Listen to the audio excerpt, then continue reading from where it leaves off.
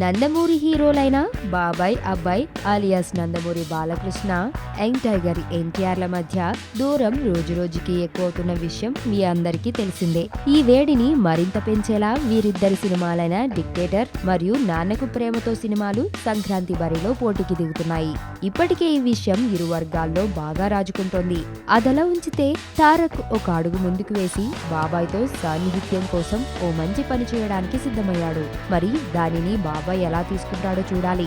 ఇంతకీ అసలు విషయం ఏమిటంటే, చాలా మంది స్టార్స్ లానే కింగ్ నాగార్జున హోస్ట్ గా చేస్తున్న మీలో ఎవరు కోటీశ్వరుడు ప్రోగ్రామ్ కి కంటెస్ట్ గా వచ్చాడు.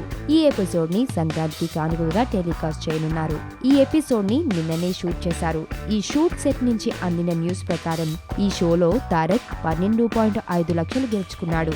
స్టార్స్ గెలుచుకున్న మొత్తాన్ని ఏదో ఒక చారిటీకి డొనేట్ చేయడం కామన్. అలానే తారక్ కూడా తను గెలుచుకున్న 12.5 లక్షల మొత్తాన్ని బాబాయ్ నడుపుతున్న బసవతారకమ్మ క్యాన్సర్ హాస్పిటల్ కి డొనేట్ చేశారట.